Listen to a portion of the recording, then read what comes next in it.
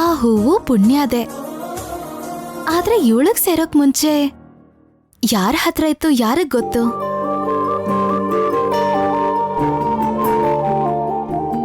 ಪುಣ್ಯಂಗ್ ಸೇರಕ್ಕೂ ಮುಂಚೆ ಅದ್ ನಂದೆ.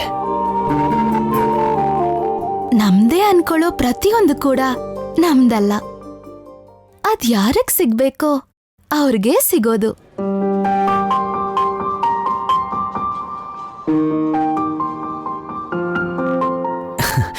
ಏನ್ ಹೂವ? ಪುಣ್ಯ.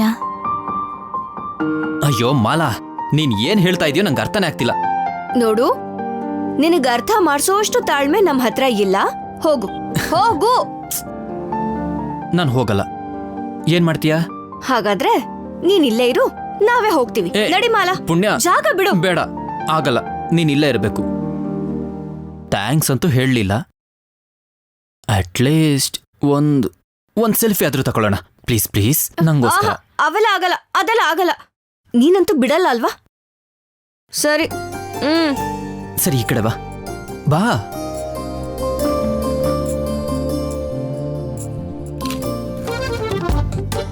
ಥ್ಯಾಂಕ್ ಯು ಪುಣ್ಯ. ಸಾಕು, ಬಾ ಮಾಲಾ, ನಡಿ.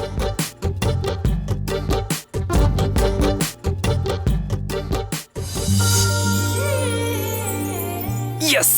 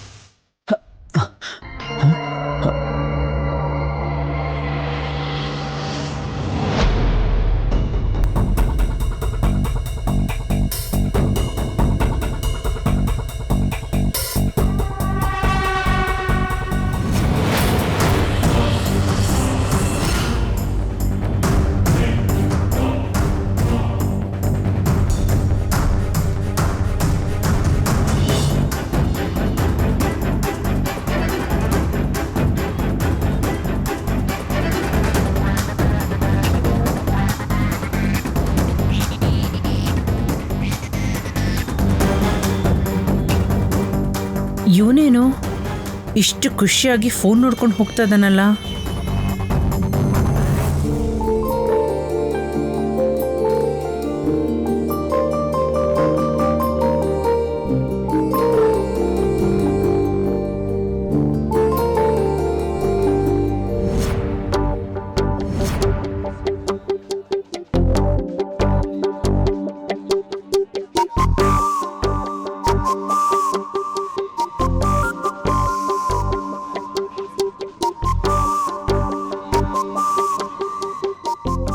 ಎಷ್ಟು ಮುದ್ದಾಗಿದ್ಯಾ ನೀನು.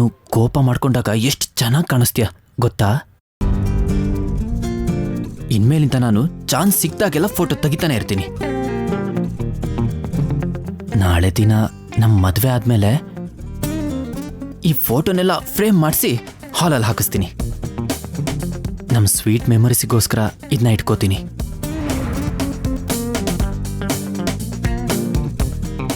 ಯಾರ್ದೋ ಫೋಟೋನ ಹಾಲಲ್ಲಿ ಹಾಕ್ತೀನಿ ಅಂತ ಹೇಳ್ತಾ ಇದ್ದಾನಲ್ಲ? ಅನಿರುದ್ಧ್, ಒಂದ್ಸಲ ಇಲ್ ಬಾ ಅಪ್ಪ. ಹಾ, ಬಂದೆ ಅಮ್ಮ.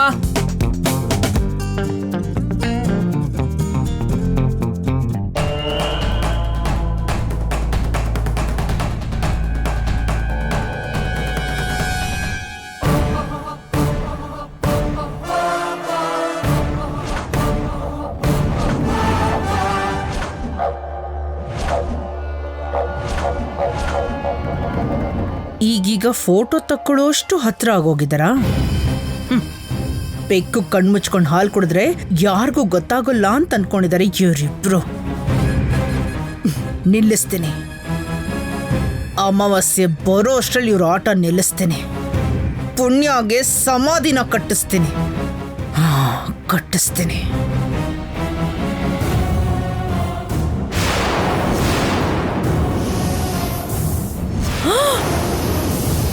ಹಾವು. ಇವ್ರ ಜೊತೆ ಹಾವಿದೆ ಅಂತಂದ್ರೆ ಹಾವು ಮನೆ ಒಳಗಡೆ ಪ್ರವೇಶ ಮಾಡಿದೆ ಅಂತಾಯ್ತು. ಅಂದ್ರೆ ಅಂದ್ರೆ ನನಗೆ ಮಾಲ ಹಾವು ತರ ಕಾಣಿಸ್ತಾ ಇದ್ದಾಳ?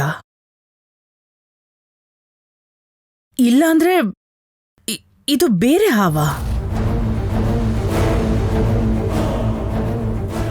ಮಾಲ ನಾಗಮ್ಮ ಅನ್ನೋದು ನಿಜಾನೇ ಆಗಿದ್ರೆ ಈ ಹಾವು ಖಂಡಿತವಾಗ್ಲೂ ಅವಳೇ ಆಗಿರ್ತಾಳೆ. ಈಗಿಂದೀಗ್ಲೇ ಹೋಗಿ ನಮ್ಮ ಮಣ್ಣನಿಗೆ ಫೋಟೋ ತೋರಿಸ್ತೀನಿ. ನಮ್ಮ ಮನೆಗೆ ಹಾವೇ ಬರಕ್ಕಾಗಲ್ಲ ಅಂತ ಹೇಳಿದ್ ನಮ್ಮ ಅಣ್ಣನ ಬಾಯಿನ ಮುಚ್ಚಿಸ್ತೀನಿ.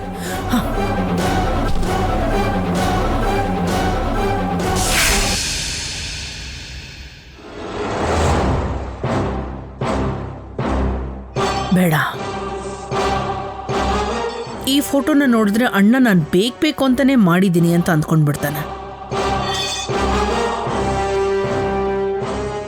ಈ ಹಾವು ಆ ಮಾಲಾನೇ ಆಗಿದ್ರೆ ಪ್ರತ್ಯಕ್ಷವಾಗಿ ಎಲ್ರೂ ಮುಂದೆ ನಿರೂಪಿಸ್ತೀನಿ.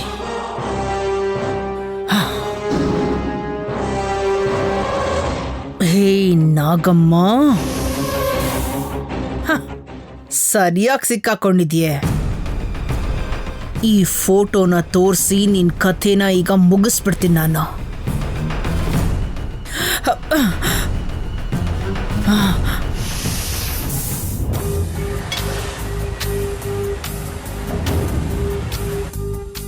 ಭಾವ ಹೂವು ಕೊಡ್ಬೇಕು ಅಂತ ನನ್ಗೋಸ್ಕರನೇ ಕಾಯ್ತಾ ಇರ್ತಾನೆ.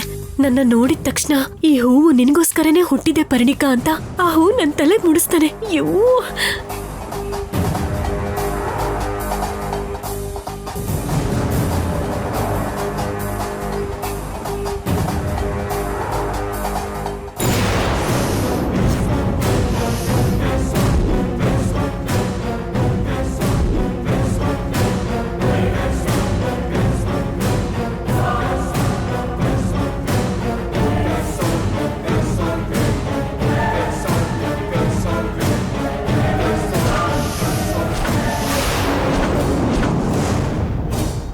ನಾನಿಟ್ಟಿದ್ದ ಹೂವನ್ನ ಭಾವ ಇವಳಿಗೆ ಕೊಟ್ಟಿದಾನ.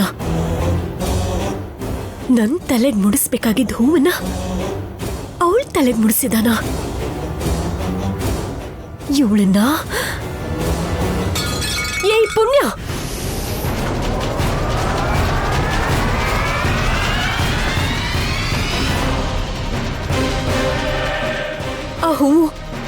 ಆ ಹೂವು ನಿನಗೆ ಯಾರು ಕೊಟ್ರು? ನನ್ ಭಾವನೆ ಅಲ್ವಾ? ಹೌದು, ಅನಿರುದ್ಧ್ ನನ್ಗೆ ಗೊತ್ತಿಲ್ದಿರೋ ಹಾಗೆ ಮುಡಿಸ್ತಾ. ಚಿಚ್ಚಿ, ಹೀಗೆ ಬೇರೆ ಹುಡುಗನ ಹತ್ರ ತಲೆಗೆ ಹೂ ಮುಡಿಸ್ಕೊಳ್ಳೋದಕ್ಕೆ ನಾಚಿಕೆ ಆಗಲ್ಲ? ಏಯ್, ಏನಂದೆ? ಬಾಯ್ ಬಂದ್ ಹಾಗೆ ಮಾತಾಡ್ಬೇಡ. ಅನಿರುದ್ಧ್ ನನಗೆ ಹೇಳಿ ಮುಡ್ಸಿದ್ದಿದ್ರೆ ಕಿತ್ತು ಮೋರೆಲ್ ಬಿಸಾಕ್ತಾ ಇದ್ದೆ. ಅಂದ್ಮೇಲೆ ಇನ್ನು ತಲೆಯಲ್ಲಿ ಯಾಕೆ ಇಟ್ಕೊಂಡಿದ್ಯಾ? ತೆಗೆದು ಬಿಸಾಕೆ. ಏಯ್, ಓಹೋ, ನೀನ್ ಎಸೆಯಲ್ಲ. ಯಾಕೆ ಅಂದ್ರೆ ನನ್ ಭಾವ ಕೊಟ್ಟಿದ್ದಲ್ವಾ, ಅದನ್ನ ನಾನೇ ಎಸಿತೀನಿ. ಆಗ್ಲೇ ನಿನ್ ಭಾವ ಕೂಡ ನನ್ನ ಅನುಮತಿ ಇಲ್ದೆ ನನಗ್ ಹೂ ಮುಡ್ಸಿದ್ದಾನೆ. ಈಗ ನೀನು ಅದೇ ತಪ್ಪು ಮಾಡ್ತಾ ಇದ್ಯಾ. ಈ ಹೂವನ್ನ ನಾನೇನು ಆಸೆ ಪಟ್ಟು ಇಟ್ಕೊಂಡಿಲ್ಲ. ತಲೆಲಿರೋ ಹೂವ ತೆಗಿಬಾರ್ದು ಅಂತ ಇಟ್ಕೊಂಡಿದ್ದೀನಿ. ಅದೆಲ್ಲ ನನಗ್ ಗೊತ್ತಿಲ್ಲ. ಆ ಹೂವಿದ್ರೆ ನನ್ ತಲೆಲಿರ್ಬೇಕು, ಇಲ್ಲ ಅಂದ್ರೆ ನನ್ ಕಾಲ್ ಕೆಳಗ್ ಬಿದ್ದಿರ್ಬೇಕು. ನಿನ್ನ ತಲೆಲಿರೋದಕ್ ಮಾತ್ರ ನಾನ್ ಬಿಡಲ್ಲ. ಮರ್ಯಾದೆಯಿಂದ ತೆಗೀತ್ಯಾ ಅಥವಾ ನಾನೇ ತೆಗಿಲ್ಲ? ಇದುವರೆಗೂ ತೆಗಿಯೋಣ ಅಂತಾನೆ ಅನ್ಕೊಂಡೆ, ಆದ್ರೆ ನಿನ್ ಕೊಬ್ಬಿನ ಮಾತುಗಳು ಕೇಳ್ತಿದ್ರೆ ತೆಗಿಬಾರ್ದು ಅನಿಸ್ತಿದೆ. ನೀನು ಅಲ್ಲ, ನಿಮ್ಮಮ್ಮನೂ ಅಲ್ಲ, ನಿಮ್ಮಜ್ಜಿ ಬಂದು ಹೇಳಿದ್ರು ಈ ಹೂವನ್ ತೆಗಿಯಲ್ಲ. ನಿನ್ ಕೈಲಿ ಏನಾಗುತ್ತೋ ಅದನ್ನ ಮಾಡ್ಕೊ. ಎಷ್ಟೇ ಪೊಗುರು ನಿನಗೆ. ನಮ್ಮನೆ ಕೆಲಸದವ್ರಿಗೂ ಸಮನಾಗಿಲ್ಲ ನೀನು. ನನ್ನ ಕೈ ಹಿಡ್ಕೊಳ್ಳೋದು ಅಲ್ದೆ ನನ್ನೇ ಅಂತ್ಯ ನಿನ್ನ.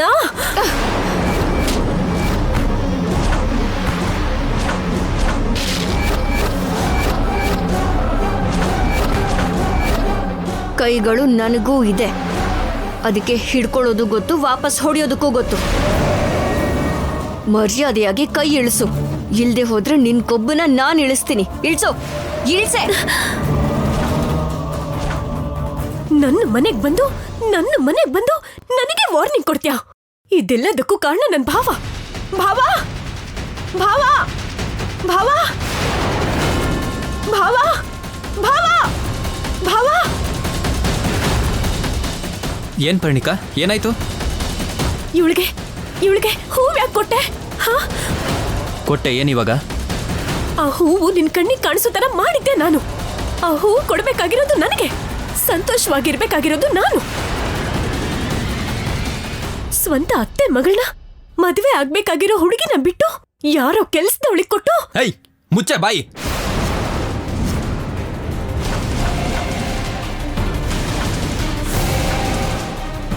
ಇನ್ ಒಂದು ಮಾತು, ಒಂದೇ ಒಂದು ಮಾತು ಹೆಚ್ಚಾಗಾಡಿದ್ರೆ ಈ ಕೈ ನಿನ್ ಕೆನ್ನೆ ಮೇಲಿರುತ್ತೆ.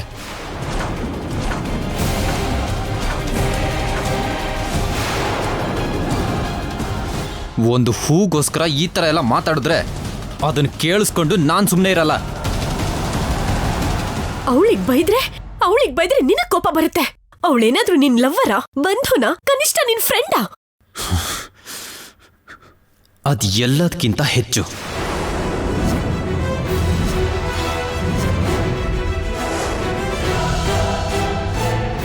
ಇನ್ನು ಬಿಡಿಸಿ ಹೇಳಬೇಕು ಅಂದ್ರೆ ನಿನ್ಗಿಂತ ಹೆಚ್ಚು.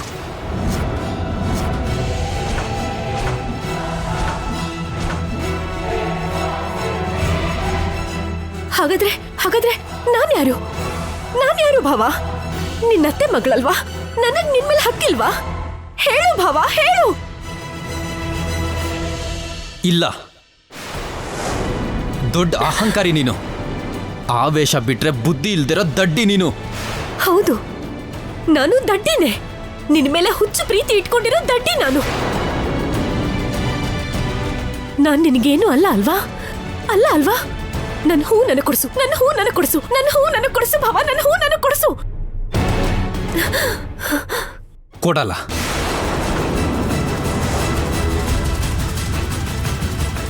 ಒಂದ್ ವೇಳೆ ಅವಳು ಕೊಟ್ರು ನಾನ್ ಕೊಡಕ್ ಬಿಡಲ್ಲ.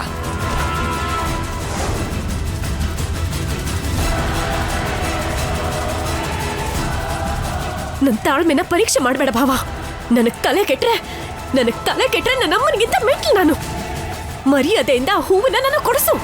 ಇಲ್ಲ ಅಂದ್ರೆ ಅವಳು ತಲೆ ಕತ್ತರಿಸಾದ್ರೂ ಆ ಹೂವನ್ನ ತಗೋತೀನಿ. ಹೇಳು, ಹಾಗೆ ತಗೊಳ್ಳ? ಏಯ್!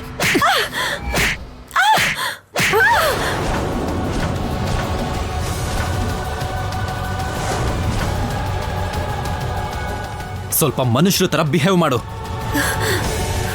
ನಿನಗೆ ಹೂವೇ ಬೇಕು ಅಂದ್ರೆ ಹೊರಗಡೆ ತುಂಬಾನೇ ಸಿಗುತ್ತೆ. ಆದ್ರೆ ನಿನಗೆ ಬೇಕಾಗಿರೋದು ಅದಲ್ಲ. ಯಾಕಂದ್ರೆ ನಿನಗೆ ಪುಣ್ಯನ್ ಕಂಡ್ರೆ ಹೊಟ್ಟೆ ಕಿಚ್ಚು. ಸಾಕು ಭಾವ, ಸಾಕು. ಹೊರಗಡೆ ಹೂವಿದೆ ಅಂದೆ ಅಲ್ವಾ? ಹೋಗ್ ನೋಡು. ಯಾವ್ದಾದ್ರೂ ಗಿಡದಲ್ಲಿ ಒಂದು ಹೂವಿದ್ರು ಸರಿ, ಪುಣ್ಯನ್ ಕಾಲ್ ಹಿಡ್ಕೊಂಡು ಕ್ಷಮೆ ಕೇಳ್ತೀನಿ. ಹೂವಿಲ್ಲ ಅಂದ್ರೆ ನೀವಿಬ್ರು ಸೇರಿ ಕ್ಷಮೆ ಕೇಳ್ತೀರಾ? ಹೇಳು ಭಾವ. ತೋರಿಸ್ತೀನಿ, ಬಾ ಬಾ.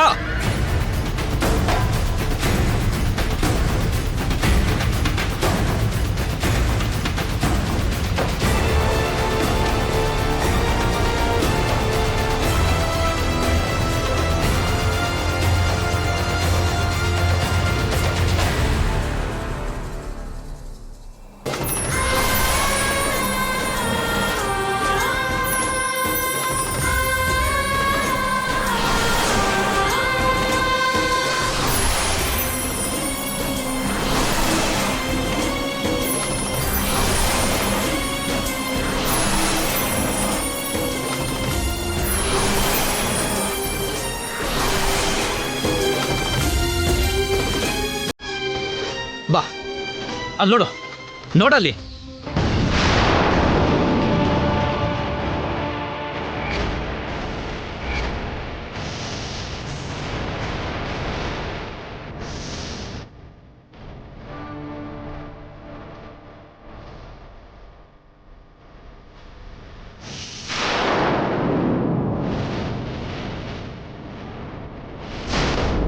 ನಿನ್ ಕಣ್ಣಾರೆ ನೀನೇ ಆ ಹೂನ ನೋಡು.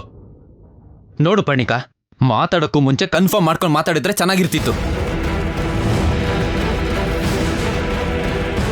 ಹೂ ಹೂ ಅಂತ ದೊಡ್ಡದಾಗ ಗಲಾಟೆ ಮಾಡಿದೆ.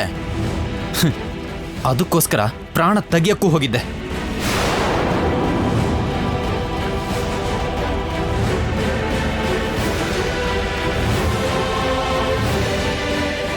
ದಿನ ಕಳೆದ್ರೆ ಬಾಡ್ ಹೋಗೋ ಹೂವಿಗೋಸ್ಕರ ಮನುಷ್ಯರು ಮನ್ಸನ್ನೇ ನೋವು ಮಾಡ್ತೀಯಲ್ಲ.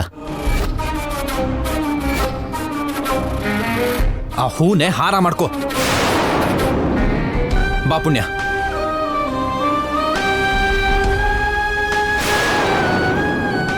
ಹೂ ಮುಡ್ಕೊಂಡ್ರೆ ಮನ್ಸಿಗೆ ತುಂಬಾನೇ ಆನಂದ ಆಗತ್ತೆ, ನೆಮ್ಮದಿಯಾಗೇನೋ ಇರತ್ತೆ. ಆದ್ರೆ ಅದೇ ಹೂವು ನಿನಗ್ ನೆಮ್ಮದಿ ಇಲ್ದಿರೋ ತರ ಮಾಡಿದೆ.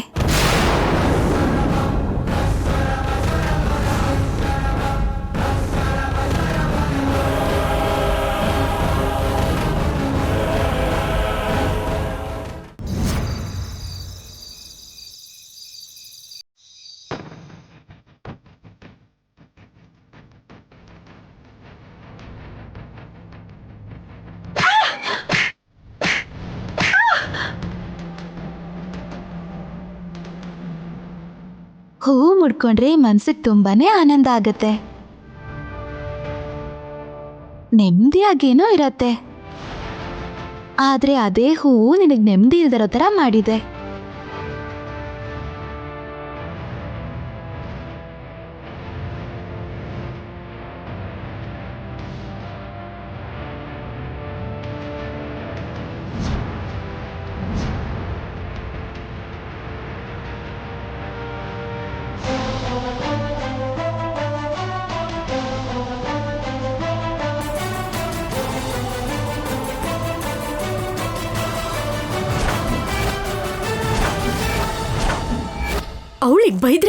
ಅವಳಿಗೆ ಬೈದ್ರೆ ನಿನಗ್ ಕೋಪ ಬರುತ್ತೆ.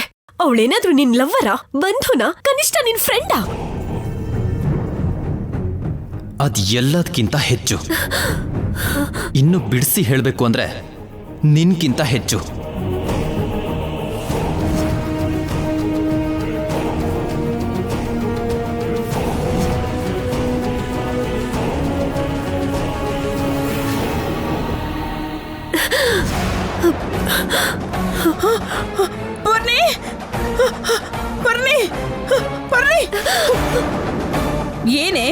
ಏನೇನ್ ಹುಚ್ಚಾಟ? ಕೈನ ಯಾಕೆ ಸುಟ್ಕೊಂಡೆ? ಕೈ ಸುಟ್ಟಿದ್ದು ಕಾಣಿಸ್ತಾ ಇದೆ. ಇಲ್ಲಿ ಸುಟ್ಟಿರೋದು ನಿನಗ್ ಗೊತ್ತಿದ್ಯಾ? ಈ ನೋವಿಗಿಂತ ಇಲ್ಲಾಗಿರೋ ನೋವೇ ಜಾಸ್ತಿ ಅಮ್ಮ. ಇಷ್ಟು ಕೈ ಸುಟ್ಕೊಂಡ್ರು ಕಣ್ಣೀರ್ ಬರ್ತಾ ಇಲ್ಲ ಅಂತಂದ್ರೆ ಸುಟ್ಕೊಂಡಿರೋ ನೋವಿಗಿಂತ ಮನ್ಸಲ್ಲಿರೋ ನೋವೇ ದೊಡ್ಡದು ಅಂತ ನನಗೀಗ ಗೊತ್ತಾಗ್ತಾ ಇದೆ. ನನ್ನ ಮಗಳಿಗೆ ಚಿಕ್ಕ ಏಟಾದ್ರೂ ತಡ್ಕೊಳ್ದಿರೋ ಅಂತ ಈ ಭದ್ರಾವತಿ ಮೊದಲನೇ ಸಾರಿ ಇಷ್ಟು ದೊಡ್ಡ ಗಾಯ ನೋಡ್ತಾ ಇದ್ದಾಳೆ. ಹೇಳು, ಈ ಗಾಯಕ್ಕೆ ಯಾರ ಕಾರಣ ಅಂತ? ಆ ಮಾಲನಮ್ಮ. ಮಾಲ? 4 ಅಡಿ ಉದ್ದ ಇಲ್ದಿರೋಂಥ ಆ ಮಾಲ ನಿನಗ್ ನೋವಾಗೋ ರೀತಿ ನಡ್ಕೊಂಡ್ಲಾ? ಏನೇ ಮಾಡಿದ್ಲು? ನಕ್ಕದ್ಲು. ಅವಳು ನಗುವಿಂದ ನಿನಗೆ ನೋವಾಗಿದೆ ಅಂದ್ರೆ, ಅವಳ ನಗುವಿಂದ ನಿನಗೆ ಇಷ್ಟು ದೊಡ್ಡ ಗಾಯ ಆಗಿದೆ ಅಂತಂದ್ರೆ, ಅವಳ ನಗುವಿಗೆ ಎಂಥ ದೊಡ್ಡ ಅವಮಾನ ಮಾಡ್ತೀನಿ ಅಂತ ನಿನಗೆ ಊಹಿಸ್ಕೊಳ್ಳೋಕ್ಕೂ ಆಗೋದಿಲ್ಲ ಪರ್ಣಿ. ಹೇಳು, ಅವಳನ್ನೇನು ಮಾಡು ಅಂತ್ಯ? ಅವಳು ಕತ್ತಿನ ಮೇಲೆ ನನ್ನ ಕಾಲಿಟ್ಟು ಸಾಯಿಸ್ಬಿಡ್ಲಾ? ನಿನ್ನ ಕೈ ಸುಟ್ಕೊಂಡಾಗೆ ನಾನು ಅವಳು ಇಡೀ ದೇಹನ ಸುಟ್ಟಾಕ್ಬಿಡ್ಲಾ? ಇಲ್ಲ ಅಂದ್ರೆ ಅವಳನ್ನ ತುಂಡು ತುಂಡಾಗಿ ಕತ್ತರಿಸಿ ನಾಯಿ ನರಿಗಳಿಗೆ ಹಾಕು ಅಂತ ಹೇಳ್ತೀಯ? ಹೇಳು, ಏನ್ ಮಾಡು ಅಂತ್ಯ? ಆ ಮಾಲ ಯಾವ ಥರ ನಕ್ಕದ್ಲು, ನಾನು ಅದೇ ಥರ ನಗಬೇಕು. ಆ ಪುಣ್ಯ ನನಗೆ ಅವಮಾನ ಮಾಡಿದ ಹಾಗೆ ಆ ಮಾಲಾಗೂ ಅವಮಾನ ಆಗ್ಬೇಕು. ಆ ಅವಮಾನನ ನೋಡಿ ನಿನ್ನ ಮಗಳು ಮನಸ್ಸು ಬಿಚ್ಚಿ ನಗೋ ಥರ ನರಕ ತೋರ್ಸಮ್ಮ.